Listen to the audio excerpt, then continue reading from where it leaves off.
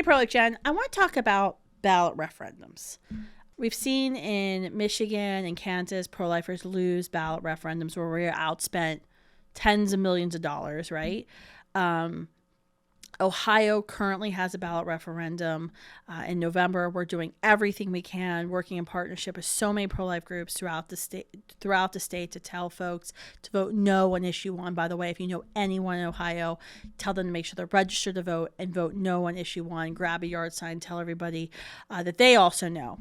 But I wanted to talk about a strategic discussion that's come up in the pro-life movement of late about how do we talk about ballot referendums to citizens in our state. So it was interesting for me. I was in Kansas door knocking with our team last summer when the ballot referendum happened. And the prevailing thought at the time was we need to really focus on women when talking about ballot referendums. Now, I am a total believer that when we talk about abortion, especially when we talk about public policy, we need to talk about how abortion affects women and babies. I think that's very much true. We know the data from movable middle women that Republicans and pro-lifers need to win, that we need to talk about women just as much as we talk about babies. Now, I would like it to be that we only have to talk about like killing human beings. That would make sense, but that's not sadly where our culture is today. So that's, I'm talking about strategically and what the polls tell us, okay? But when it comes to ballot referendums, we have to be careful because the other side talks about women. And a lot of people, they don't listen or subscribe to the Explicitly Pro-Life podcast. They don't, follow Kristan, Hawkins or Students for Life on Instagram.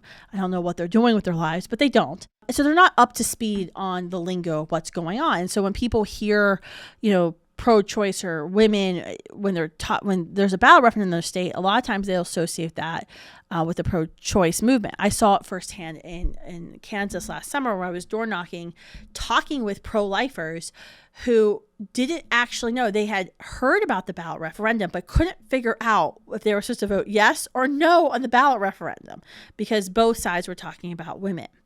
And I think that's why we have to be careful to always talk about the baby and the word abortion when there's a pro-abortion or a pro-life ballot referendum, ready to go.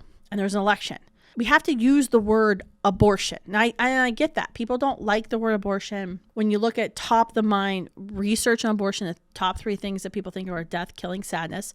But that's a good thing when we're trying to tell people why not to vote for something, right? Or why to vote for something, that it ends abortion or it's going to create more abortion. So in Ohio, there's been this kind of conversation amongst pro-lifers, and it's been this, we shouldn't talk about abortion. We should be careful about how much we talk about abortion. We should talk about parental rights because the Ohio issue 1 is deadly, not only to preborn, but it also is very dangerous because it takes away parental rights. It goes beyond just abortion. They use the term reproductive freedom. I talked about that recently in this term of freedom that the abortion lobby is trying to hijack, and meaning that parents will likely not even be informed if their children are giving drugs that could sterilize them, transgender wrong sex hormones that could sterilize them or kill them.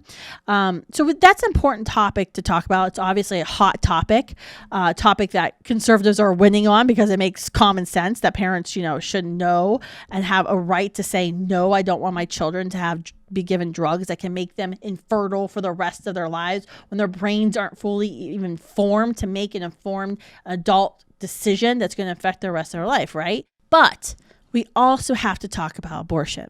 We have to talk about abortion. Why? Because people still don't like abortion. Even if they call themselves pro-choice, they don't like the word abortion. That's why people get when they hear the word abortion, they get this nasty feeling in their gut, right? That's why people don't want to talk about it at the dinner table. When people tell me, stop talking about it, I don't want to think about it right now. Because abortion is a nasty thing to think about. Because in our heart of hearts, as human beings, we know there's something innately wrong with abortion. So say the word. Abortion, abortion, abortion, abortion. Interestingly, I saw this poll was conducted by a well-known inside the Beltway kind of Republican pollster. He was a pollster for Donald Trump, so that hopefully that gives you some validation there about likely voters in Ohio and coming up for this issue 1 election. This is why we have to talk about abortion, because there's confusion. So in this poll, the result was that nearly 25% of voters, so that's a quarter of voters who said they plan to vote yes for the amendment. The amendment, by the way, if you vote yes, that's the pro-abortion vote, because it will put this pro-abortion amendment in the Constitution, which will basically allow abortions up until the moment of birth. They'll strike down all Ohio's existing pro-life laws, and they have laws on the books that protect babies even with beating hearts. They have one of the strictest abortion laws in the country, okay? So voting yes is pro-abortion. A quarter of people who say they're pro-life say they're voting yes. What's happening here? You have to ask yourself, why would pro-lifers be voting yes for a pro-abortion amendment? It's because they don't know. The language is confusing. There was a TV ad that was recently done with this like reproductive freedom group, and it starts off with a man praying inside of a Catholic parish. It makes it look like voting yes is a Christian position, when actually it's a demonic position.